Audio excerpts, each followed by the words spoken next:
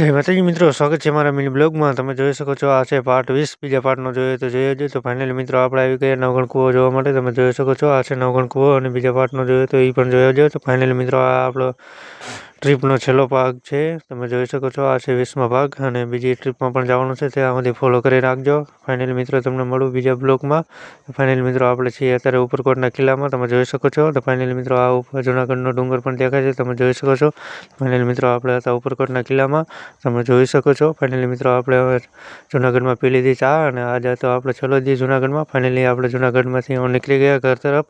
તમે ત્યાં બ્લોગ જોયા રાખજો. ચાલો આપણે ફાઇનલી મિત્રો ખર્ચની વાત કરીએ તો આપણે 2000 રૂપિયાનું પેટ્રોલ થયું હતું, અને ખાવા ખર્ચે કંઈક થયા હતા. તો ફાઇનલી મિત્રો આપણે 5000 રૂપિયામાં ટ્રીપ પડી હતી. સારી કે નહીં એ પણ કોમેન્ટમાં કીધું. તો ફાઇનલી મિત્રો આપણે પહોંચી ગયા એક હોટલે.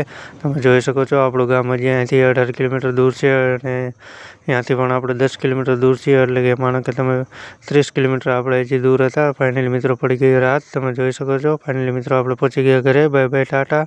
અને બ્લોગ સારો રહી ગયો તો ફોલો કરતા જજો. Bye bye Tata.